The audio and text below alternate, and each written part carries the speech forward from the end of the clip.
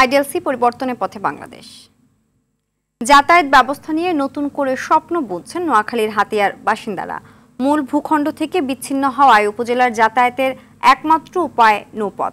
ফলে যে কোনো প্রয়োজনে জীবন ঝুঁকি নিয়ে স্পিডবোট বা ট্রলারে যাতায়াত করতে হয়। তবে এই রুটে সম্প্রতি ফেরি চলাচলে অনুমোদন দেয়ায় আশার আলো দেখছেন স্থানীয়রা।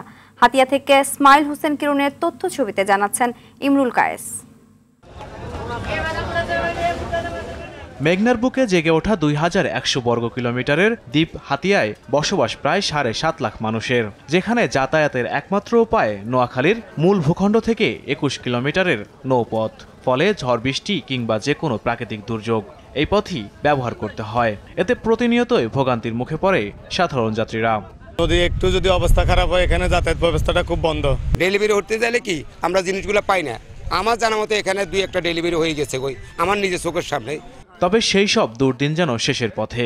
সম্প্রতি বৈষম্যবিরোধী ছাত্র আন্দোলনের মুখ্য সংগঠক আব্দুল হান্নান মাসুদ নৌ মন্ত্রণালয় সহ বিভিন্ন দপ্তরে গিয়ে ফেরির জন্য আবেদন করেন। পরে প্রশাসনের একাধিক দল ফেরি চলাচলের সম্ভাব্যতা যাচাই করে নলচিরা চেয়ারম্যান ঘাট রুটে ফেরি চলাচলের জন্য অর্থ মন্ত্রণালয়ে বাজেট অনুমোদন দেয়া হয়।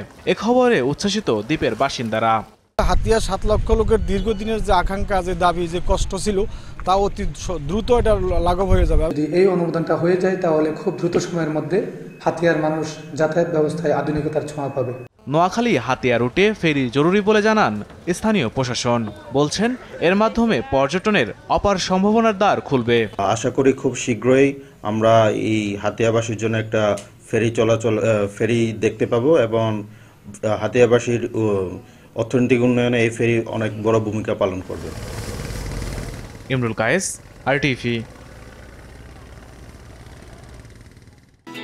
ছোট্ট একটা চাকরি করেও নিজের একটা বাড়ি করার স্বপ্ন দেখছি, কারণ সেই স্বপ্ন পূরণে আমার ফাইন্যান্সিয়াল পার্টনার আইডিএলসি দিয়েছে সহজ লোন।